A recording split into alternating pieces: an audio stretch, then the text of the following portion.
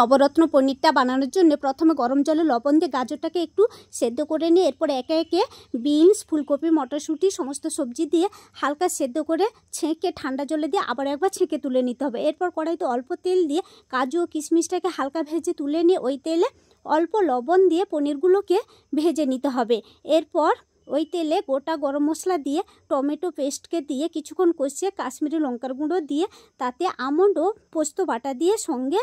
আদা ও কাঁচা লঙ্কার বাটা দিয়ে কষিয়ে জিরে গুঁড়ো, ধনে গুঁড়ো দিয়ে 2 চামচ টক দই দিয়ে সঙ্গে একটু জল দিয়ে কষিয়ে নিয়ে এরপর পরিমাণ মতো লবণ ও 1 চামচ চিনি দিয়ে কষিয়ে তেল ছেড়ে এলে ক্যাপসিকাম কুচি দিয়ে একটু কষিয়ে হাফ সেদ্ধ সবজিগুলোকে দিয়ে সঙ্গে ভাজা পনির দিয়ে জল দিয়ে ফুটিয়ে কাজু ও ফেটানো আমুল দুধ দিয়ে গা মাখা হয়ে এলে কাসুরি মেথি দিয়ে নামিয়ে নিলেই